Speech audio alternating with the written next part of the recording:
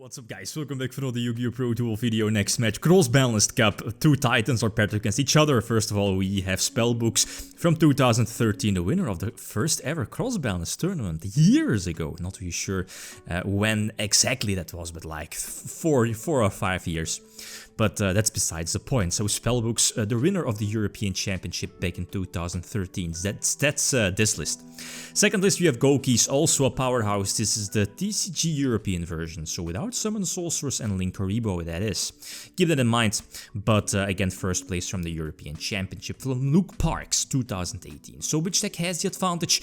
I feel, and of course I'm honest, is that Gouki should have the advantage. I'm just just looking at the hand traps.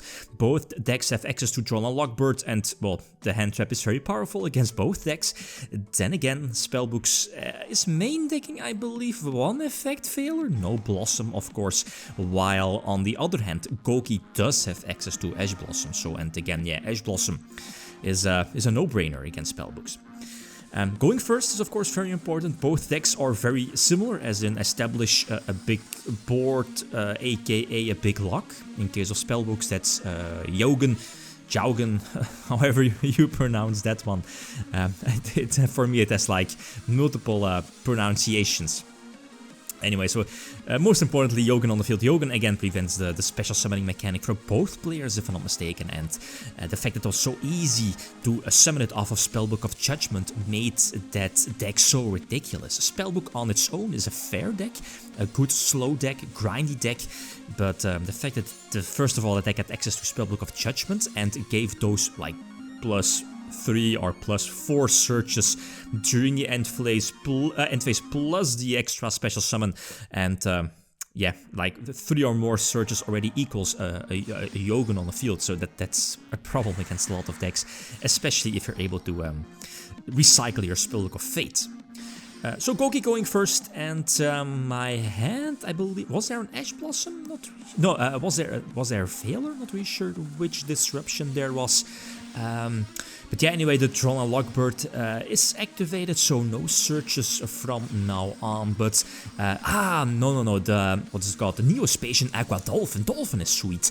It's looking at both hand traps that Spellbooks have, so both Effect Failure and Drawn Lockbird. Aqua Dolphin hits both, and you know, forces your opponent to preemptively use it in case of Effect Failure. But yeah, again, yeah, that was the deal. Like using Dolphin but revealing to a Drawn Lockbird. That's unfortunate, but at the same time, the Spellbook hand wasn't that great. I mean, double Troll and Spellbook of Judgment.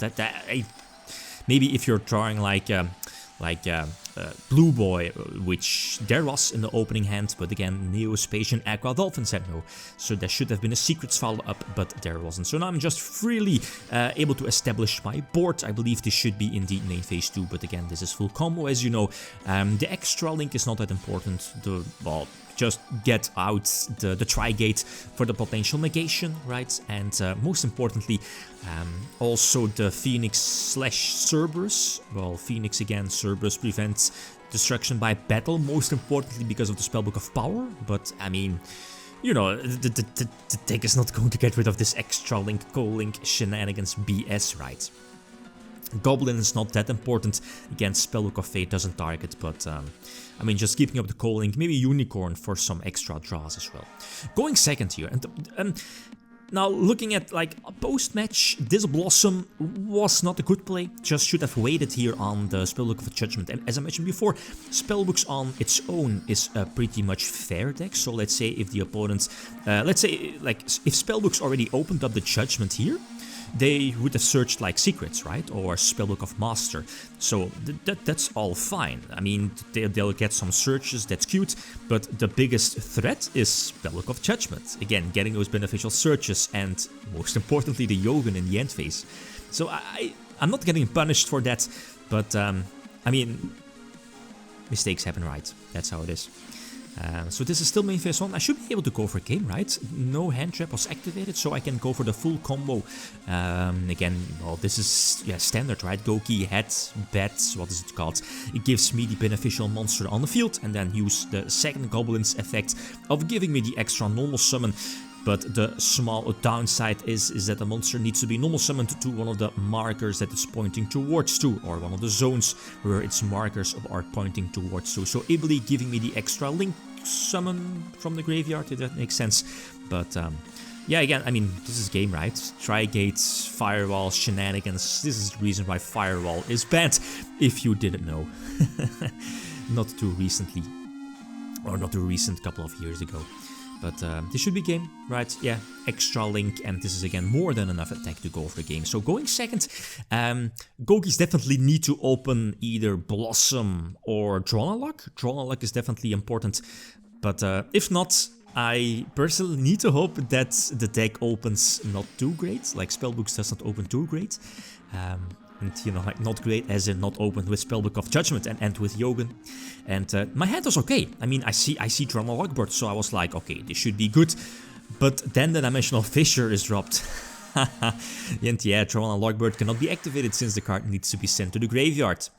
That's a problem. Risky play, I guess, because there's also the Crescent in the Crescent, the Spellbook of Crescent, like reveal 3 from the deck. I believe that card has a restriction that you cannot activate other spells. It has been like a year since last that I played Spellbooks. I think it's something like that. But yeah, I mean, this is not looking too great. The Dimensional Fissure, basically a Macro Cosmos 2.0, prevents my Goukis from getting those beneficial searches, and that hurts. And yeah, let alone the double sets, not really sure which ones they are. Probably one of them being a Fate, which is, yeah, indeed, there it is. So banishing 3, so I lose my Scorpio, I believe the name is, doesn't really matter too much.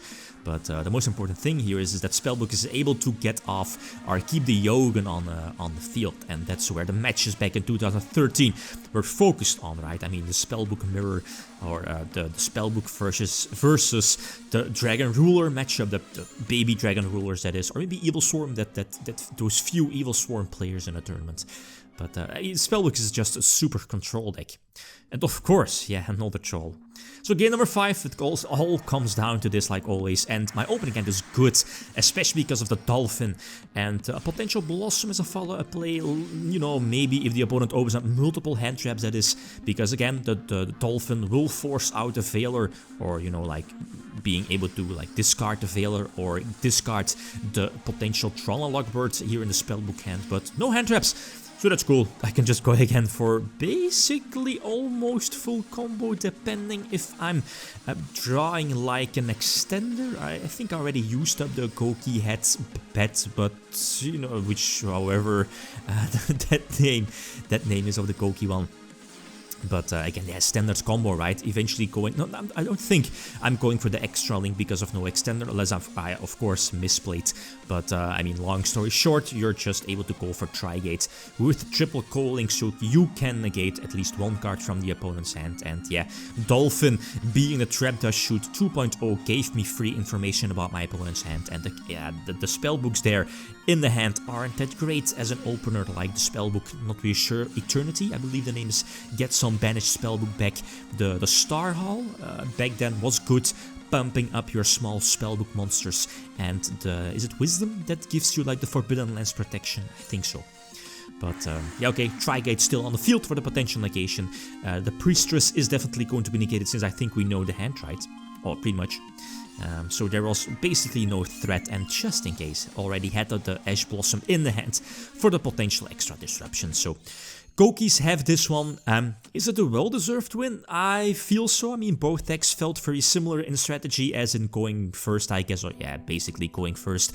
Put up like a big lock that your opponent can't overcome. And yeah, again, both decks had access to Dronalog birds, so that's quite equal. Even though, well, yeah, the most recent deck again had access to Ash Blossom, and you know that's of course very strong against a lot of older decks, including like Spellbooks, right? So next matchup, we have, again, two big ones. We have another Master Rule 5 deck heroes, first of all, from Master Rule 4, Multiple Malicious, versus Dinosaurs. So the Jets, well, yeah, the Synchron, Trishula, True King of All Calamities, BS, Master Rule 5 Dinosaurs, that is. So like always, feel free to leave your predictions. Okay, guys, that's it. Thanks for watching. Feel free to leave a comment or like if you enjoyed the video. Lithium signing out. Peace.